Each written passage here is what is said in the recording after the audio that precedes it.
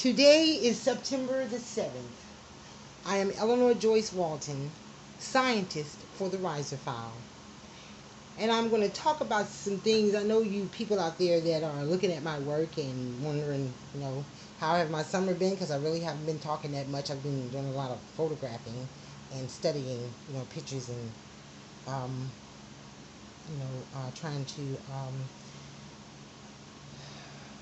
better perfect my ability to photograph, video, document the life form riser, the family that carries the H1N1 riser virus. I have a voucher here. It is a housing voucher. Years ago, I had a housing voucher for 248 Church Street. And it was at the time my father died. My mama was letting Patrick and Keisha handle her business. I had come down here from Maryland, actually, and had applied for a voucher and got it. Well, the house on 240, I had never got housing before. And the house, Patrick and Nadine was living in that house. They moved out, bought them a house, and left that one down there. And I tried to put it on housing, like I said, around the time my father died. And I filled out the paperwork for the house. The girl kept asking me, Deborah, she kept asking me who owned that property, because the name that was renting me the property had to match the deed. So my mother had left and gone to Portland.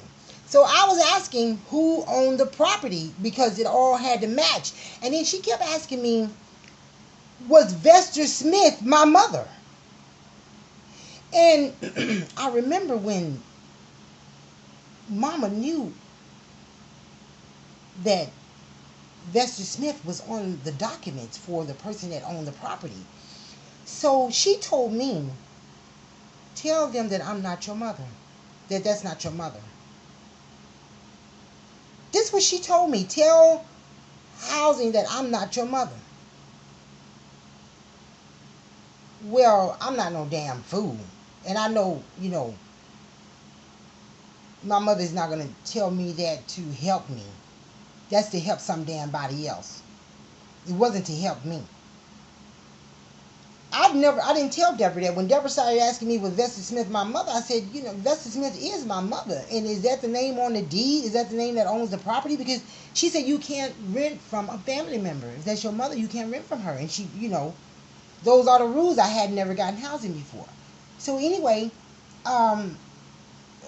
the paperwork had to be in there, and those documents, I wasn't signing no documents like that, and I wasn't going to agree to, they wanted me to agree to that she wasn't my mother, and then agree to I would pay, they wanted, whatever amounts of dollars that they wanted for the property. I didn't have a job. I didn't have any money. You know what I mean? And I was sick at the time, too. Trying to, heal myself from this virus. And, so Deborah came by there because I wouldn't say that she wasn't my mother. And they had gotten a check. Mama told me that housing had issued a check. Deborah had actually told me that she had issued a check. I didn't get any check. It wasn't issued to me. It was issued to the people that was handling her business, which was Patrick, Nadine, and Keisha. So one of them, had a check been cashed, it had to be cashed between the three of those individuals. Had Vesta not cashed it herself. Vessie. That's her name on my birth certificate. Yet she changed it over the years to Vester. Don't ask me. I have no idea what that's all about. But anyway, my mother has been calling herself Vester Smith. So I never signed those papers with housing. So Deborah came by there. So I guess they got pissed off, Patrick, them, because I asked them who owned the property, the name. I was asking them questions. Oh, they don't want to answer me. I don't need to ask no questions. Yeah, and Lisa, my sister Lisa, and I've always encouraged every one of them, not had a jealous, nothing in my heart jealous over them, not ever. I've always encouraged them, and not jealous of my father, taking care of kids that he didn't fucking get. You understand what I'm saying? My mother on the phone, I walked in on her yesterday. She washes her clothes. Not even her clothes. He'll get Calvin's clothes and Clarence clothes and wash them during the hottest part of the day. The hottest part of the day. I can drive. I can wash clothes. She don't want me to drive her car. My mother is angry with me because of the things that I've said and because of the bullshit that I won't put up with. I'm not going to put up with. Clarence has come in here after he's been amputated. Now, he didn't have time to heal. He's going through therapy and everything. Anytime he said, will you make me a cup of coffee? Will you make me a pot of coffee? I'll make it. Now, he was drinking coffee and doing good. Mama don't want to make the coffee and mad if I make it. Get mad, jump up out of her bed and run in here like a jealous woman. And I said, Mama, you're supposed to be my mother. You running in here. Clarence is my brother. You running in here like I'm some woman that you know, that you had odds with. Clarence started drinking. Then he fell in the door. And she hollered, Clarence calling you. He fell in there. We're going to call 911. She snatched the phone out of my hand. Clarence, I can crawl in. I can crawl in. See, he drunk as a skunk. I told him, I said, Clarence, if you fall in this house drunk, I'm going to have to call 911. I'm going to have to call him. What else can I do? Calvin was here with a friend of his. That girl cooked and had that ventilator on over there because she burned some bacon. Calvin come in here, his friend girl come in here with a little boy, 14 years old. The little boy, she leaving the little boy in here. For what, I don't know. She burned bacon in this kitchen. She turned that ventilator on over there. She turned the ventilator on. Calvin come in here and got his plate. He turned that ventilator off. I said, Calvin, Mama look like she about to pass out from that smoke.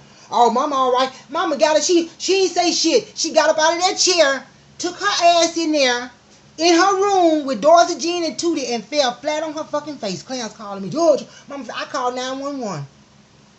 I called 911. The ambulance come down here. This not long ago here, just this past month.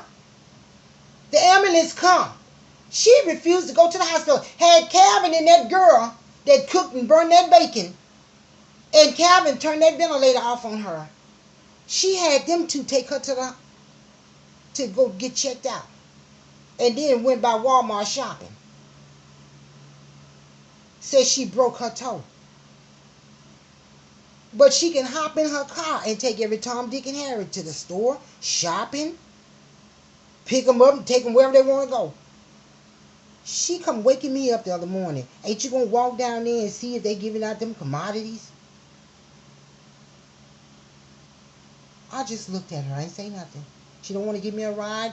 And she said to me, well, you can walk around and look for you a place to stay. Well, I've been on, calling around. There's no places around here for me to rent. And I can't afford to put, money down on a place. The houses out here, $500 down. I don't have that kind of money. And there's no need of saying I've saved the money, because I haven't.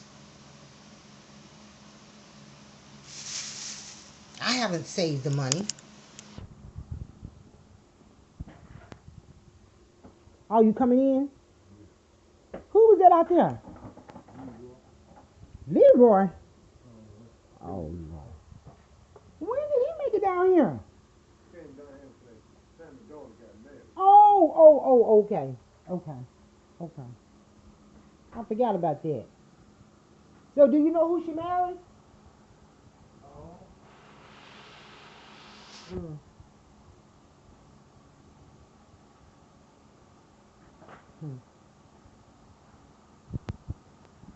Well, I hope she be happy. With the Lord's will, where Sammy's daughter is concerned, be done. Okay. Now let me finish this. That's Clarence coming in from outside. So, getting back to this. If there's anybody out there that has a place I can rent, that I can afford, and I don't have any money to put down, I ain't gonna even lie. My money for, vitamins and juice and food for myself and my dogs and my bills take all the little money that I have, and I have to pay people to take me places. My mother she don't give me a ride. She, I don't understand that. Not even a ride around town to maybe, find a place. She won't even do that.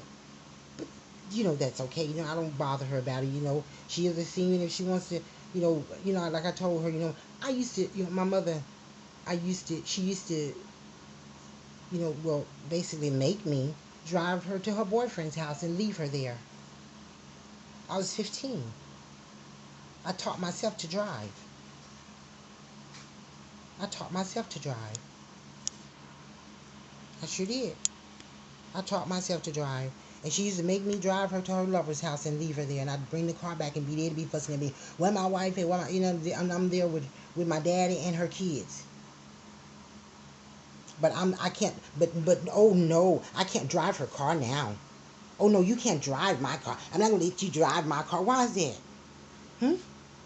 Why is that? So I walks in on her conversation yesterday with none other than, let me look this up, none other than, this is who she was talking to. Let me find it down here. Zoom this out. For some reason this thing is zoomed in.